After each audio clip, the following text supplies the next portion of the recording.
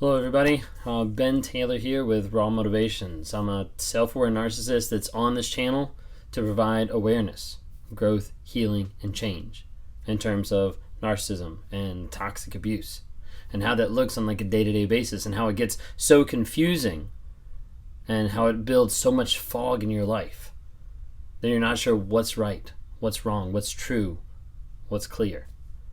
And I try to work with people every single day to help them break free of the trauma bond that's tying them to that person, the toxicity that they know is there that's upping their weight gain, their anxiety, their panic attacks, and that they know this isn't a good relationship for me to be in, but they still feel that pull. They still feel that tie, and they still want to go back to that person, and they're not sure why. And a lot of times in that moment you feel crazy. I'm like, what's actually going on? So I try to work with people to help them with that.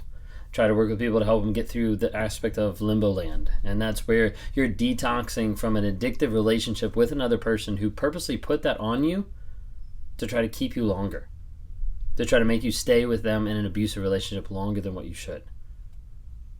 And that detox comes in a lot of different facets, a lot of different ways, whether that's physical, emotional, or mental withdrawals that happen that make you kind of doubt yourself and question and get you to the place of saying, like, maybe I'm the toxic person. Maybe I'm the person who messed up. Maybe I didn't love them enough. Maybe I didn't engage with them enough. Maybe I could have loved them better. Maybe I could have made them understand. Maybe I'm the narcissist. And a lot of times those thoughts will go through your head time and time again as you look back on the relationship and as you question what actually happened. Because it doesn't match up with logic. It doesn't match up in a way that you would think would be logical with how the narcissist engages you. You would think that a person would treat another person, with honor, dignity, and respect, that they would be like loving or they would be kind in that type of relationship. You think that they would give a good person, a good response instead of always being mean and rude and gaslighting and abusing and manipulating, all those different things, and it just doesn't make sense. Well, that's because narcissists are very hypocritical. They're very two-faced in how they live their lives. They're very two-faced in how they expect different things to be met. And so as you continue in the relationship with a narcissist, you start to see the mask slowly drop, but the standards slowly raise, where they say they want a certain thing, and then they do the opposite. Probably the peak and the pinnacle example of this is narcissist and cheating, of where a narcissist does not want you to be around other people, does not want you to engage with other people, even family, even friends, because they think in their mind, though, this person's going to cheat. Oftentimes they're thinking in their mind because they're already cheating. They're putting someone else above you. They're engaging more with work. They're focusing more on themselves than they are in the relationship to another person. And you'll see the narcissist cheat time and time and time again with no remorse, oftentimes with no consequences, and not fettered. They just keep going and going. And the aspect that becomes very hypocritical is the idea that the narcissist will say to you, you can't be with anybody. You can't go out with friends. You can't go out with your family. You can't engage in other friendships. You can't, this isn't happening. You are here. This is what you're supposed to do. And oftentimes it's not as blatant as that. It's not as you are not allowed to do this. But it's the subtle digs. Slowly devaluing your family, slowly inserting tiny comments that make you question your friendships, slowly pitting one person against another person to bring you to the place of isolation, to bring you to the place where they ultimately control you. And so with cheating, you'll have a narcissist that will go out and will start having multiple affairs.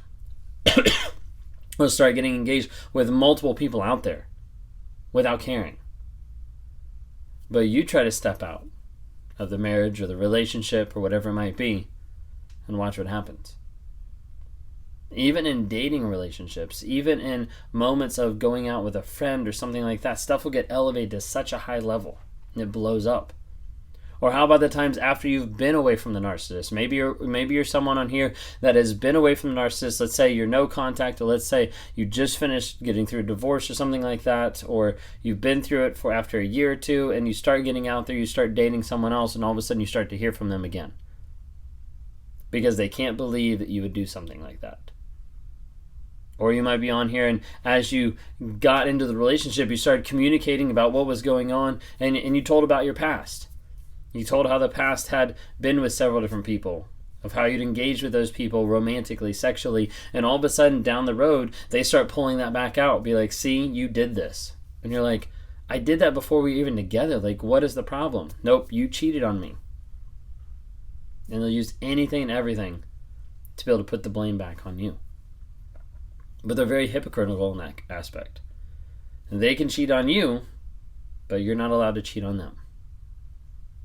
I remember like early on, someone asked me the question. They were like, when you were like in the thick of it, when you were going through all this stuff, when you were in the cheating relationship and stuff like that, what would you have done if your wife did the same thing? And I was like, I would have left. Like, that would have been my ticket. That would have been my way out of the relationship, being able to say, see, it's her fault. Even though I'd already had multiple affairs, multiple cheating relationships, being able to cling to that one thought, to that one idea of, hey, I can take this one aspect, then I can blame it on another person so that I don't have to feel it, so I don't have to experience it, and so that I can avoid accountability and responsibility for my actions. That's what a narcissist does with being hypocritical. And you see that most prevalently in cheating. What about lying? They're like super hypocritical with lying. They can lie every single day. A lot of times people say, like, you want to know if a narcissist is lying, like, see if their mouth is moving. Like, because the lies come out time and time again. And they come out over like the stupidest things to the biggest things. They come out from like a cheating relationship lying down to like what dressing they got on their salad, or like where they went to get gas, or like it doesn't matter. Like it literally could be anything.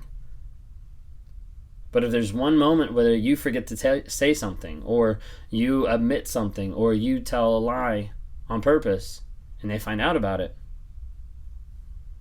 that one aspect they'll hold over your head seems like forever. And they'll keep bringing it up over and over and over again. What about criticism?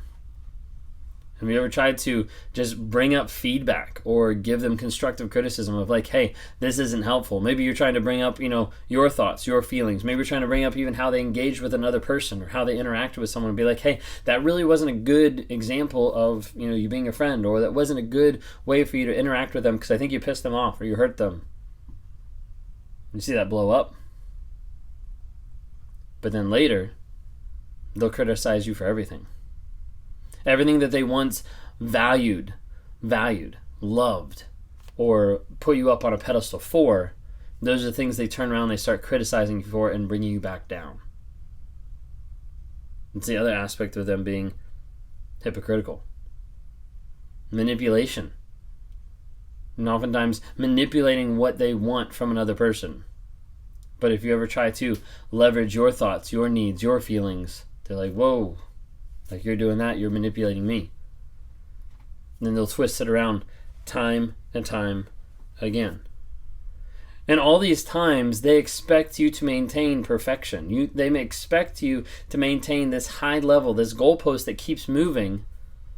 And so they'll keep saying, like, this is what you're supposed to be. Like, I had someone the other day on a one-on-one where they said their narcissist actually said to them, if you would just listen to me and obey me, everything would be a lot easier.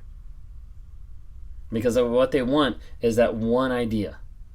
And oftentimes a narcissist will get, they'll idealize, but they'll get kind of consumed with like one thought, like one fantasy. Typically you have like success, power, all those are like ego driven, but you also have them looking for the fantasy of ideal love, where they put someone on a pedestal and they're like, wow, if this person is this way, then I'm going to be perfect. Like our relationship is going to be perfect. But the problem is they bring themselves in the relationship that ultimately destroys that. But they're unwilling to acknowledge that.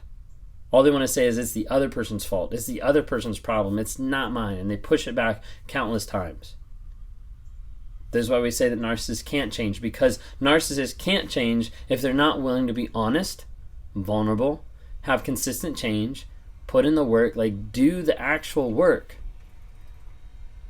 Narcissist isn't going to change unless they stop lying. Unless they get real with who they are. They get real with who they are inside, what's actually going on.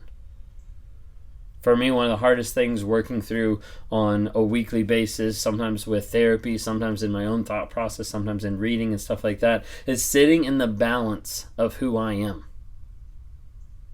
Am I a man? Or am I a monster? And being able to sit in the middle of that balance and say, hey, I acknowledge what I've done. I acknowledge the shit that I've put people through. And being able to sit in that and not run away from it is super hard. And it's also taken a lot of time. And a lot more time going forward. At the time of me recording this, it's been about 15 months since I've been in therapy weekly. And it's going to continue going because I want to invest in myself. I want to continue to learn and grow and change and not be hypocritical. Not be how I've acted. Not be that two-faced person that would tell one person one thing, tell another person another thing, hold myself to no standard, hold someone else to a high standard, and keep pushing forward. But I want to grow and I want to change every single day. I hope you do too.